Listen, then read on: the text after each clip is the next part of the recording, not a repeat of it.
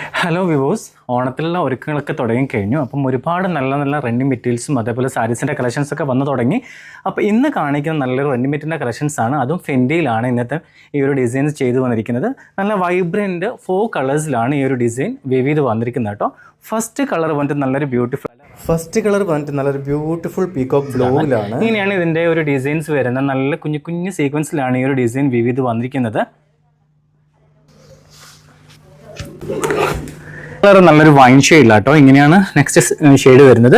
ഇത് നമുക്ക് ബ്ലൗസിനാണെങ്കിലും അതേപോലെ ധാവണി സെറ്റ് ചെയ്യാനാണെങ്കിലും നല്ല ഭംഗിയായിരിക്കും. ഒരു സാരി ആയിട്ട് വെയർ ചെയ്യുകയാണെങ്കിലും നല്ല ഭംഗിയായിട്ടിരിക്കും കേട്ടോ. നല്ല വൈബ്രൻ്റായിട്ടുള്ള കളറുമാണ്. ഒരു സിമ്പിൾ ഡിസൈൻ ആണ്. കാണാൻ നല്ല ക്യൂട്ട് ആൻഡ് എലഗന്റ് ആയിട്ടുള്ള ഒരു ഡിസൈൻ ആണ് ഇതിൽ കൊടുത്തിരിക്കുന്നത്.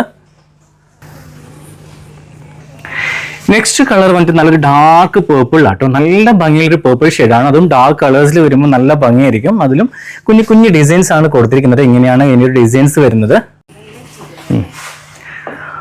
ഫൈനൽ കളർ വന്നിട്ട് നല്ലൊരു ഡാർക്ക് മെറൂണിലാണ്. നല്ല ഭംഗിയുള്ളൊരു കളറാണ്. ഞാൻ പറഞ്ഞതുപോലെ നമുക്കൊരു ബ്ലൗസിനാണെങ്കിലും അതേപോലെ ഒരു ധാവണി സെറ്റ് ചെയ്യാനാണെങ്കിലും ഒരു സാരീസിനാണെങ്കിലും നല്ല ബ്യൂട്ടിഫുൾ ആയിരിക്കും.